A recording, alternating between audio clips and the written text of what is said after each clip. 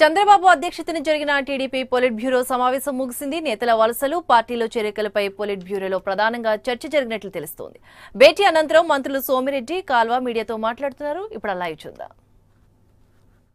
దేశ నాయకత్వాన్ని అంతా కూడా వేదిక కావటాన్ని అది కూడా చర్చించడం, జాతీయ పార్టీల మద్దతు గురించి, అట్లే తాజా రాజకీయ పరిణామాల గురించి చర్చించుకున్నాం. ఫైనల్గా ఎలక్షన్ క్యాంపెయిన్, ఎలక్షన్ వర్క్ రేపటి నుంచే మొదలు పెట్టాలా అని చెప్పేసి ఒక నిర్ణయం తీసుకున్నాం. సెలక్షన్ ఆఫ్ క్యాండిడేట్ల జాబితా ఎన్నికల ప్రకటనకు ముందే వెలువడుతుంది. మొదటి లిస్టు ఎన్నికల కమిషన్ షెడ్యూల్ ప్రకటించే ముందే ప్రకటించడం జరుగుతుంది. ఫస్ట్ లిస్టు ఎలక్షన్ అనౌన్స్మెంట్ ముందే ఫస్ట్ లిస్ట్ అనౌన్స్మెంట్ జరుగుతుంది.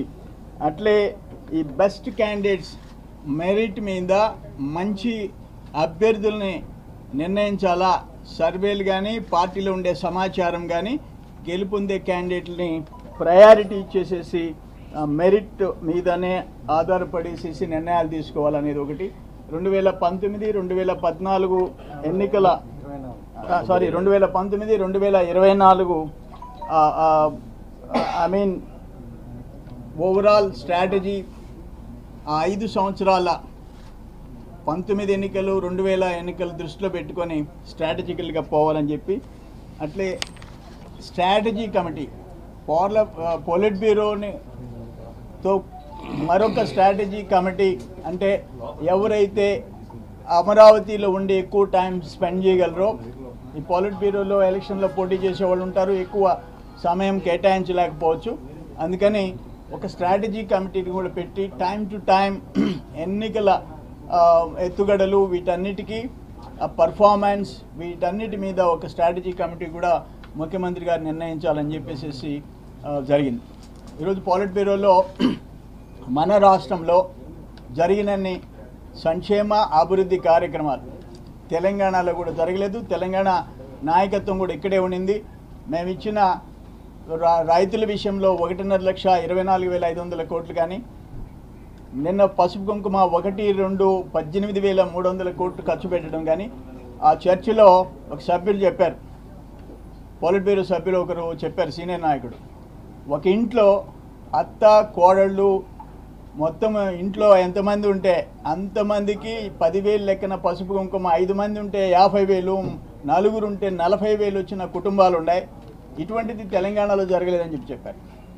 ఈరోజు మనం ఎన్టీఆర్ భరోసా అయినా ప్లస్ పసుపు కుంకుమ అయినా లేదు, రైతుల రుణమాఫీ అయినా ఒక్కొక్క కుటుంబంలో లక్షల రూపాయలు వాళ్ళకి ఆర్థిక సహాయం అందించే పరిస్థితి మన ప్రభుత్వంలో వచ్చింది.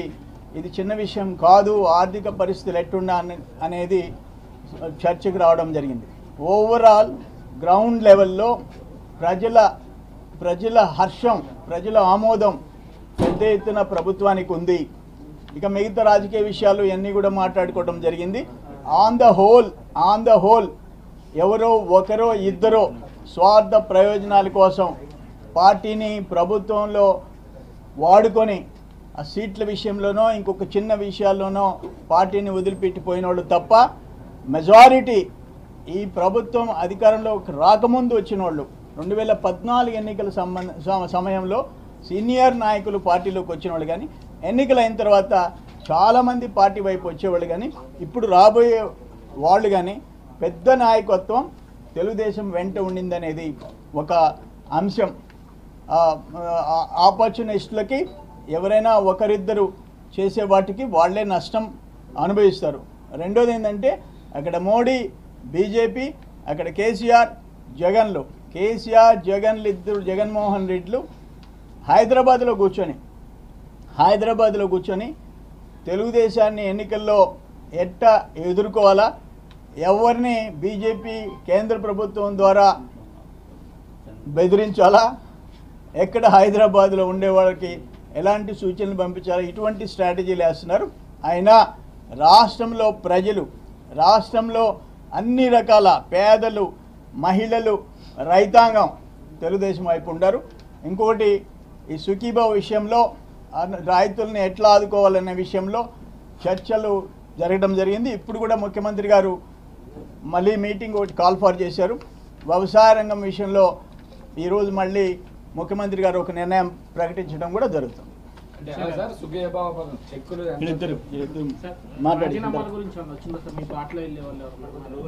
అది ఎమ్మెల్సీ నా రాజీనామా,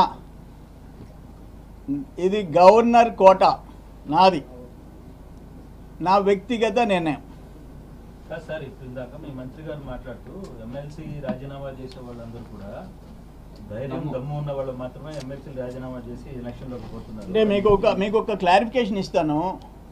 ఇప్పుడు ఎమ్మెల్సీలు కొంతమంది లోకల్ బాడీసు వాటి ఆ ఎలక్షన్కి పోవటం, రెండో ఎలక్షన్కి పోవటం, రకరకాల టైప్ ఉన్నాయి. గవర్నర్ కోటా ఉంది, ఎమ్మెల్యేస్ కోటా ఉంది, టర్మ్ అయిపోయేవాళ్ళు ఉంటారు, ఇవన్నీ ఉన్నాయి. బట్ ఏదేమైనా నాకు 2 సంవత్సరాల చిల్లర గవర్నర్ కోటాలో వచ్చాను కాబట్టి ఇంకొకరికి అవకాశం ఇచ్చే ఉంటుందని చెప్పేసి నా వ్యక్తిగతంగా తీసుకున్న నిర్ణయం.